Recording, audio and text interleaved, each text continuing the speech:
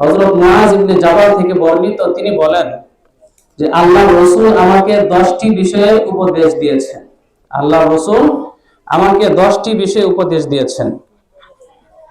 তো এক নাম্বার আল্লাহর রাসূল যে উপদেশটা দিয়েছেন সেটা হলো, আল্লাহর রাসূল বলেন, হে মুআয, লা তুশরিক বিল্লাহি শাইআ, আল্লাহর সাথে কাউকে শরীক করিও না, আল্লাহর সাথে কাউকে শিরিক করিও না। ওয়া ইন কুতিলতা আও হুরিকতা, যদিও তোমাকে আগুনে পুড়ে ফেলা হয় অথবা হত্যা করার হুমকি দেওয়া হয়, যদিও তোমাকে আগুনে পুড়ে ফেলানো হয় অথবা হত্যা করা হয়, এরপরেও তুমি কি করিও না, আল্লাহর সাথে অংশীদারিত্ব স্থাপন করিও না, শিরিক করিও না। কারণ কি শিরিক করতে না করলেন কেন? কারণ শিরিক এমন বড় গুনাহ, এমন মারাত্মক গুনাহ, এমন জুলুম, যে শিরিক আল্লাহ তাআলা কোনোদিনও ক্ষমা করবেন না। শিরিকের গুনাহ আল্লাহ কোনোদিনও ক্ষমা করবেন না। এই ছাড়া অন্য যত ধরনের গুনাহ আছে, তওবা করলে আল্লাহ ক্ষমা করে দিবেন, তওবা করলে ক্ষমা করে দিবেন, আল্লাহর কাছে মাফ আর চাইলেই আল্লাহ ক্ষমা করবেন। কিন্তু শিরিকের গুনাহ ক্ষমা করবেন নি? কথা বলতে হবে, শিরিকের গুনাহ আল্লাহ ক্ষমা করবেন? শিরিকের গুনাহ আল্লাহ কোনোদিনও ক্ষমা করবেন না। এদিকে ইশারা করে আল্লাহ তাআলা কোরআনুল কারীমের মধ্যে বলেন, ইন্নাল্লাহা লা ইয়াগফিরু আন ইউশরাকা বিহি ওয়া ইয়াগফিরু মা দুনা যালিকা লিমান ইয়াশা। রব্বুল আলামিন কোরআনুল কারীমের মধ্যে বলেন, ইন্নাল্লাহা লা ইয়াগফিরু আন ইউশরাকা বিহি, নিশ্চয় আল্লাহ তাআলা শিরিকের গুনাহ কোনোদিনও ক্ষমা করবেন না, শিরিকের গুনাহ আল্লাহ কোনদিন কালেও ক্ষমা করবেন না। ওয়া ইয়াগফিরু মা দুনা যালিকা লিমান ইয়াশা, শিরিক ব্যতীত যত ধরনের গুনাহ আছে আল্লাহ ইচ্ছা করলে ক্ষমা করে দিবেন, কিন্তু শিরিকের গুনাহ আল্লাহ ক্ষমা করবেন না। শিরিক কাকে বলা হয়? বলে সন্তান দেওয়ার মালিক হলো আল্লাহ। এখন আমি আপনি যদি সন্তান কোন বান্দার কাছে চাই, অথবা কোন পীরের দরবারে গিয়ে বলি, বাবা আমার সন্তান হচ্ছে না, আমার সন্তান লাগবে, সন্তান দিন, এটা হলো শিরিক। অথবা মাজারে গেলাম, মাজারওয়ালাকে সিজদা করলাম, ওখানে গিয়ে দোয়া করলাম, আমাকে একটা সন্তান দিন, এগুলোকে বলা হয় শিরিক। তো এই ধরনের পাপ যারা করবে আল্লাহ তাআলা কোনদিন কালেও তাদেরকে ক্ষমা করবেন না। সবাই বলবেন, সন্তান দেওয়ার মালিক কে? সন্তান দেওয়ার মালিক হলো আল্লাহ। এটা আমার কথা না, রব্বুল আলামিন কোরআনুল কারীমের মধ্যে বলেন, লিল্লাহি মুলকুস সামাওয়াতি ওয়াল আরদি ইয়াখলুকু মা ইয়াশা ইয়াহাবু লিমান ইয়াশাউ ইনাথা ওয়া ইয়াহাবু লিমান ইয়াশাউ আকিমা। রব্বুল আলামিন বলেন, লিল্লাহি মুলকুস সামাওয়াতি ওয়াল আরদ, আসমান জমিনের মালিক হলাম আমি আল্লাহ। ইয়াখলুকু মা ইয়াশা, আমি আল্লাহ যা ইচ্ছা তাই সৃষ্টি করি, আমি আল্লাহ তাআলা যা ইচ্ছা তাই সৃষ্টি করি।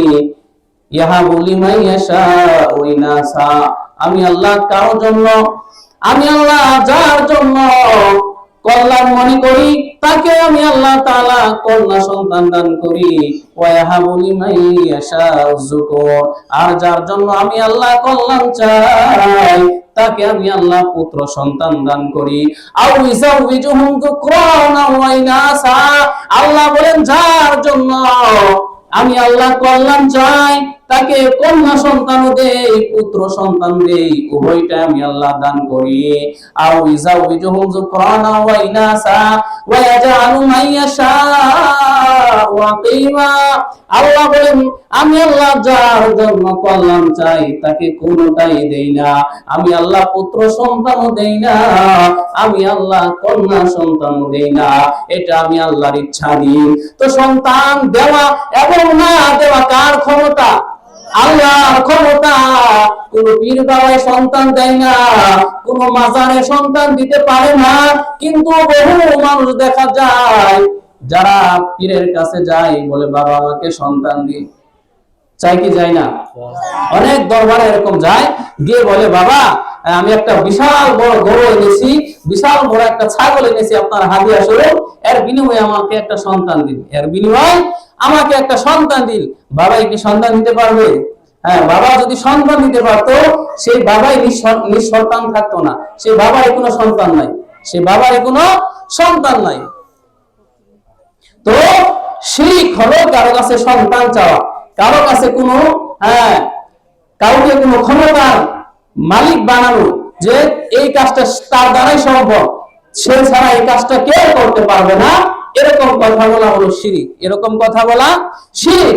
শিরক এত বড় অন্যায়, এত বড় জুলুম যে এটার কোনো ক্ষমা নাই, এটার বড় ক্ষমা নাই। হযরত লুকমান হাকিম তার ছেলেকে উপদেশ দেয়, তার ছেলেকে উপদেশ দিয়ে বলেন, ইয়া বুনাইয়া লা তুশরিক বিল্লাহি ইন্নাশ শিরকা লাযুলমুন আযীম।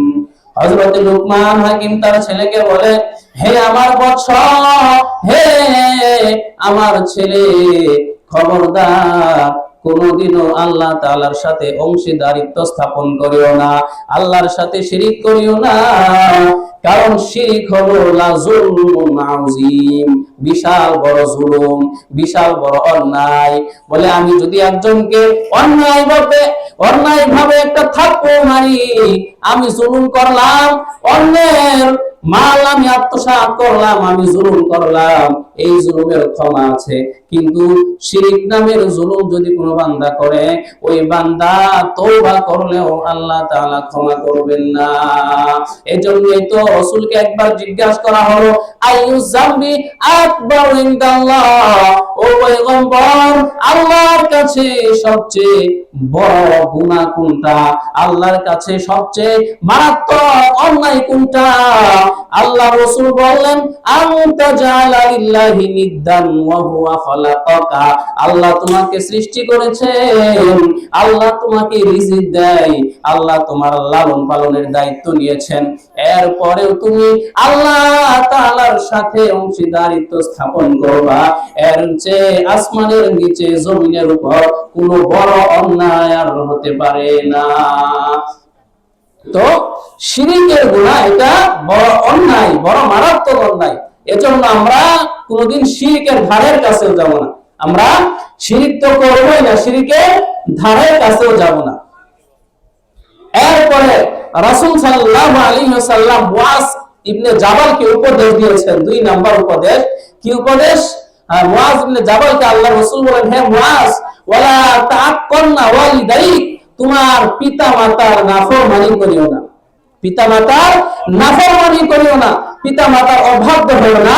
ওয়া ইন তাখরুজা মিন আহলিকা ওয়া মালিক, যদিও তোমার পিতা-মাতা তোমাকে সম্পত্তি থেকে বঞ্চিত করে, তোমার পিতা-মাতা যদিও তোমাকে সম্পত্তি থেকে বঞ্চিত করে, তোমার বাড়ি ঘর থেকে তোমাকে বের করে দেয়, এরপরেও তুমি তোমার মা বাবার সাথে নাফরমানি করিও না, তোমার মা বাবার সাথে নাফরমানি করিও না।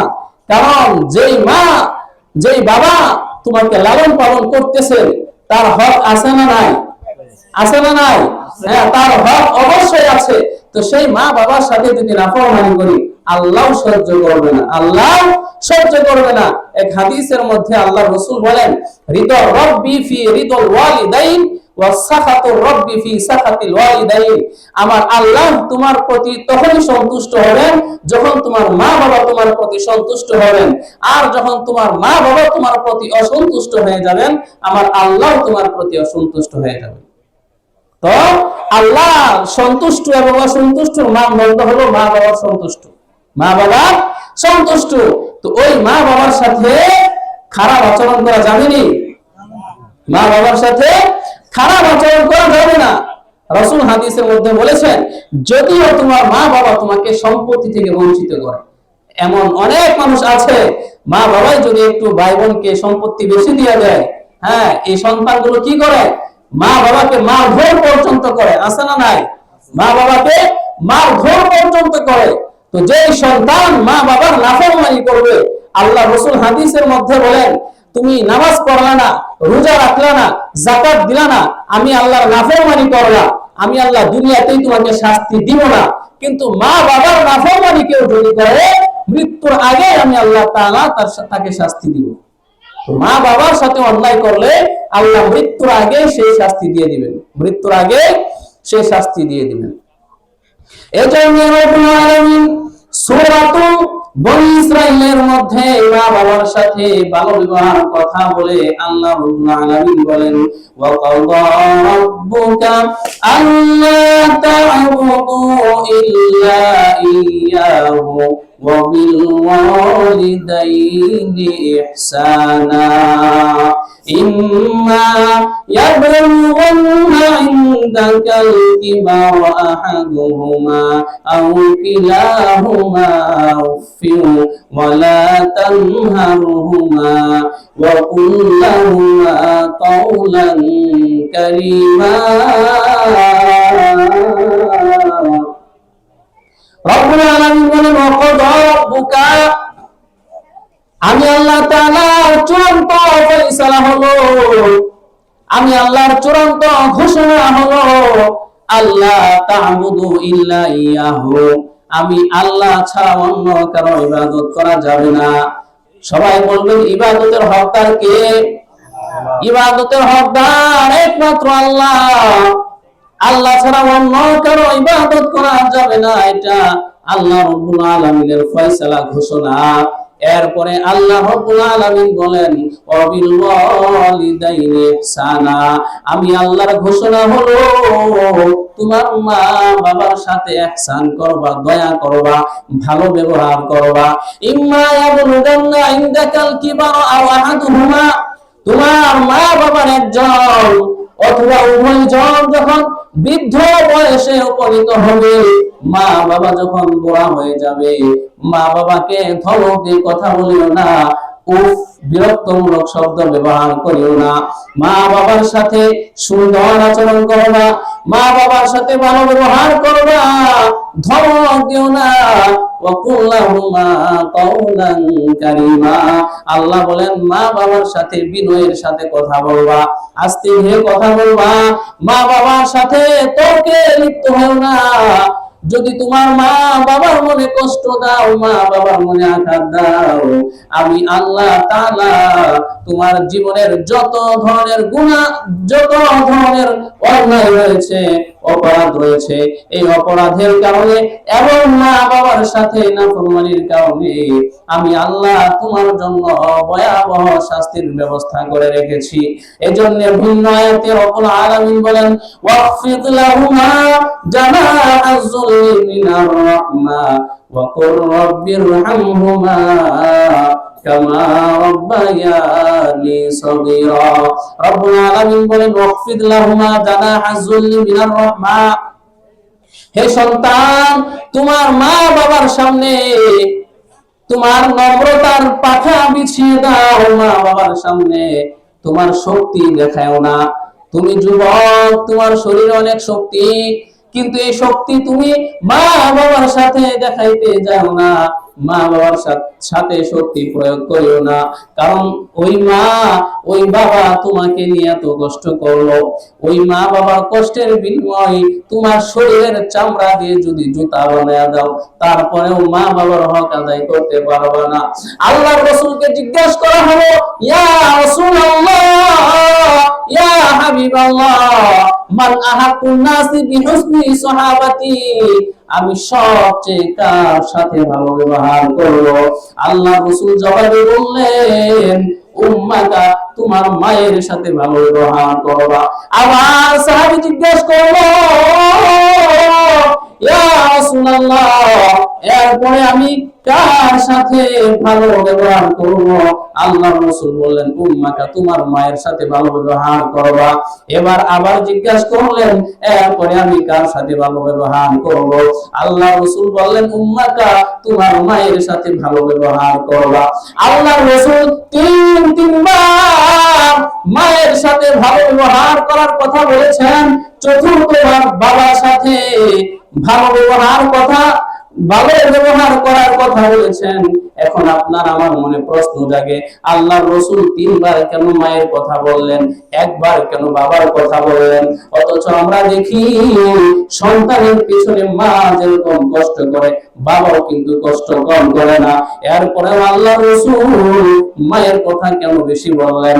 এর জবাব আল্লাহ দেয়, রব্বুল আলামিন কুরআনুল কারীমের মধ্যে বলেন, حملته أمه كرها ووضعته كرها وحمله وفصاله 30 شهرا। আল্লাহ রাসূল বলেন, ও উম্মত, আমি মায়ের কথা কেন তিনবার বললাম? ভালো করে তোমরা শুনে রাখো, কারণ তোমার মা তিনটা জায়গায় এমন কষ্ট করে যে কষ্ট বাবা করে না, যে কষ্টগুলো বাবা সহ্য করে না। এক নাম্বার কষ্ট, তোমার মা তোমাকে গর্ভে ধারণ করে 9 মাস 10 মাস, তোমার মা পেটের মধ্যে তোমাকে এরকম বহন করে কষ্ট করে। এক নাম্বার কষ্ট, তোমার মা তোমাকে পেটের মধ্যে ধারণ করে, বাবা করে না। 2 নাম্বার কষ্ট, তোমার মা তোমাকে মৃত্যুর যন্ত্রণা নিয়ে প্রসব করে। কেমন যন্ত্রণা? বলে অনেক মা সন্তান প্রসব করতে গিয়ে দুনিয়া থেকে বিদায় হয়ে যায়।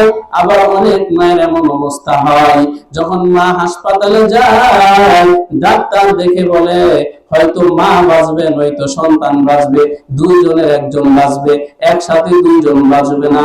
এবার ওই মা জননী স্বামীকে ডাকতে বলে, স্বামী আমার, অনেকদিন তোমার সংসার করলাম, তোমার হক আদায় করতে পারি নাই, আমাকে আপনি ক্ষমা করে দিবেন।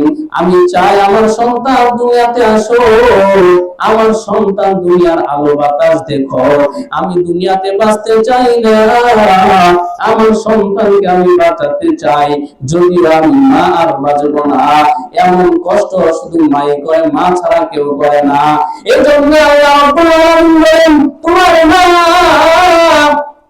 10 মাস 10 দিন গর্ভে ধারণ করার পর এরপরে মৃত্যুর যন্ত্রণা নিয়ে তোমার মা তোমাকে প্রসব করলো। শুধু তাই নয়, তোমার মা তোমাকে প্রসব করার পর 2 বছর 2.5 বছর দুধ পান করিয়েছে। এই 3টা কষ্ট বাবাই করে না।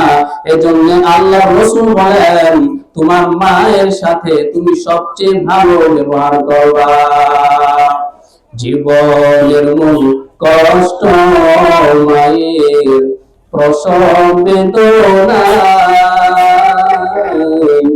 7 আসমান 7 জমিন তখন মায়েরই মাথায়। জীবনের মূল কষ্ট মায়ের প্রসব বেদনা, 7 আসমান 7 জমিন তখন মায়েরই মাথায়। এমন মাকে কেমনে আজি, এমন মাকে কেমনে আজি যাব আমি ভুলিয়া। ও আমার প্রাণের মা, মা গো মা, কোথায় গেলাম মোরে ছাড়িয়া। জনম দুঃখী ইয়াতীম আমি, চাই না কেহ ফিরিয়া। আমি যখন ছিলাম আমার মায়েরই উদরে, চলাফেরা করতেন যে মা কত কষ্ট করে। আমি যখন ছিলাম আমার মায়ের উদরে, চলাফেরা করতেন যে মা কত কষ্ট করে। আমার সুন্দর মুখ দেখে মাই, আমার সুন্দর মুখ দেখে মা ব্যথা যে যাই ভুলিয়া। ও আমার প্রাণের মা, মা গো মা কোথায় গেলাম মোরে ছাড়িয়া। জনম দুঃখী ইয়াতীম আমি, চাইয়া কেহ ফিরিয়া। এজন্য ভাইরা আমার, রব্বুল আলামিন বলেন ওই মায়ের হক বেশি, মার সাথে খারাপ আচরণ করবা না, বাবার সাথে খারাপ আচরণ করবা না। যদি মা বাবার সাথে খারাপ ব্যবহার করো, মা বাবার মনে আঘাত দাও, তাহলে মরণের সময় তোমার কালেমাও নসিব হবে না, মরণের সময় তোমার কালেমাও মুখ দিয়ে বের হবে না। এমন একটা ঘটনা শোনাই, নবীজির একজন সাহাবী হযরত আলকামা রাদিয়াল্লাহু আনহু বলে নামাজ পড়তো নিয়মিত, তাহাজ্জুদ পড়তো, দান সদকা করতো, রোজা রাখতো, সব নেক আমলগুলো করতো। ওই সাহাবী মৃত্যু সজ্জায় শায়িত, জবান দিয়ে কালেমা বের হয় না, কালেমা জবান দিয়ে আসে না, কালেমা পড়তে যায় কিন্তু মুখের মধ্যে এরকম জবান বন্ধ হয়ে যায়, জবান দিয়ে কালেমা বের হয় না। পয়গম্বরের সাহাবী হযরত আলী রাদিয়াল্লাহু তাআলা আনহু রাসূলের কাছে এসে বললেন, ইয়া রাসূলুল্লাহ, ইয়া হাবিবাল্লাহ, আলকামার স্ত্রী আমার কাছে সংবাদ পাঠিয়েছেন যে তার স্বামী মৃত্যু সজ্জায় শায়িত, জবান দিয়ে কালেমা বের হচ্ছে না, এখন কি করা যায়? আল্লাহ রাসূল বললেন, চলো চলো আলকামার কাছে যাই। কেন আলকামার জবান দিয়ে কালেমা বের হয় না?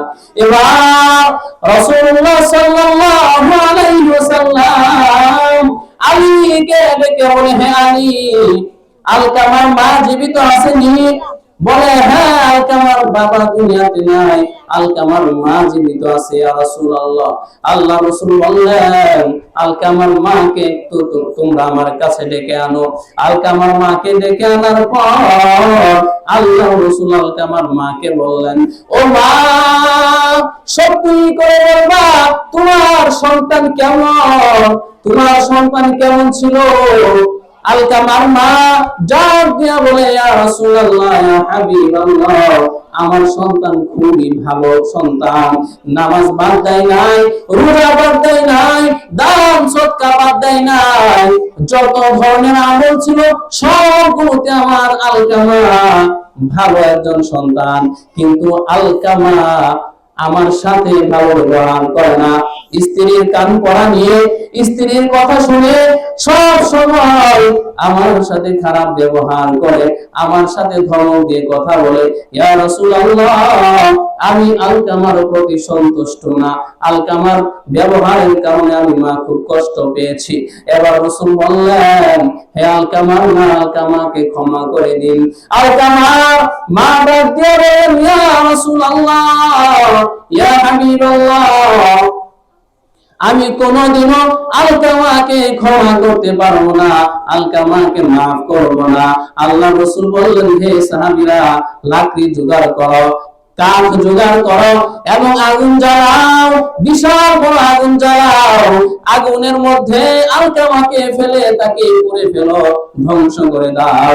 এবার আলকামার মা আল্লাহর রাসূলের পায়ে পড়ে গেল এবং বলল, ও আল্লাহর রাসূল, আলকামাকে আপনি আগুনে জ্বালাবেন না, যদিও আলকামা আমাকে অনেক কষ্ট দিয়েছে, এরপরে আমার সন্তান, আমি মায়ের সামনে আগুনের মধ্যে পড়ে যাবে, আমি মা হয়ে সহ্য করতে পারবো না। এবার আল্লাহ রাসূল বললেন, ও আলকামার মা, তোমার সন্তান দুনিয়ার আগুনের মধ্যে তোমার সামনে পূর্বে সহ্য করতে পারবে না, তুমি যদি মাফ না করো আলকামা কিন্তু জাহান্নামের আগুনের মধ্যে জ্বলবে, তো তুমি মা হয়ে কেমনে সহ্য করবা? এবার আলকামার মা বললেন, ইয়া রাসূলুল্লাহ, আমি আলকামাকে মাফ করে দিলাম, আলকামার প্রতি আমি সন্তুষ্ট হয়ে গেলাম। এবার আল্লাহ রাসূল বললেন, হে আলী, হে বেলাল, এবার যাও আলকামার কি অবস্থা দেখে আসো। এবার আলী এবং সালমান ফারসি রাদিয়াল্লাহু আনহু, বেলাল রাদিয়াল্লাহু আনহু আলকামার ঘরের মধ্যে গিয়ে দেখে আলকামার জবান দিয়ে বের হচ্ছে, লা ইলাহা ইল্লাল্লাহু মুহাম্মাদুর রাসূলুল্লাহ। তো মা বাবার মনে কষ্ট দিলে মরণের সময় কালেমাও কি হবে না, নসিব হবে না। তো মা বাবার মনে কষ্ট দেওয়া যাবে? মা বাবার মনে কষ্ট দেওয়া যাবে না। তাদের সাথে সদা সর্বদা খারাপ ব্যবহার করতে হবে নাকি? হ্যাঁ, ভালো ব্যবহার করতে হবে। আল্লাহ রাসূলের হাদিসের মধ্যে বলেন, তিনটা জিনিস এমন আছে যে তিনটা জিনিসের প্রতি তাকিয়ে থাকলেই সওয়াব, শুধু তাকিয়ে থাকলেই সওয়াব। আল্লাহ রাসূল বলেন, এক নম্বর হলো কোরআনুল কারীম। কোরআনুল কারীম কালামুল্লাহ, আল্লাহর কালাম, এমন একটা গ্রন্থ শুধু তাকিয়ে থাকলে আমলনামার মধ্যে আল্লাহ রাব্বুল আলামিন সওয়াব লিখেন। দুই নাম্বার হলো বাইতুল্লাহ, কাবা ঘর। কাবা ঘর এমন একটা ঘর, ওই ঘরের দিকে তাকিয়ে থাকলে আমার আল্লাহ আমলনামার মধ্যে সওয়াব দান করেন। তিন নাম্বার হলো মা বাবার চেহারা। মা বাবার চেহারার দিকে শুধু তাকিয়ে থাকলেই সওয়াব আমলনামার মধ্যে আল্লাহ তাআলা সওয়াব লিখতে থাকেন। এক সাহাবী প্রশ্ন করলো, ইয়া রাসূলুল্লাহ, ইয়া হাবিবাল্লাহ, মা বাবার চেহারার দিকে তাকাইলে কেমন সওয়াব পাওয়া যায়? আল্লাহর রাসূল বললেন, কবুল হজের সওয়াব পাওয়া যায়। সবাই জোরে বলুন সুবহানাল্লাহ।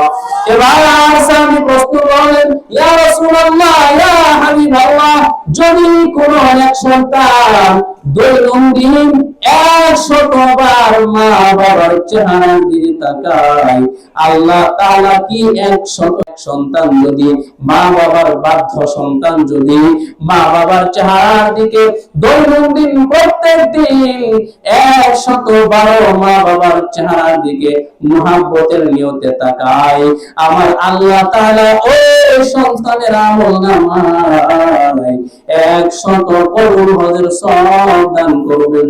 সুবহানাল্লাহ।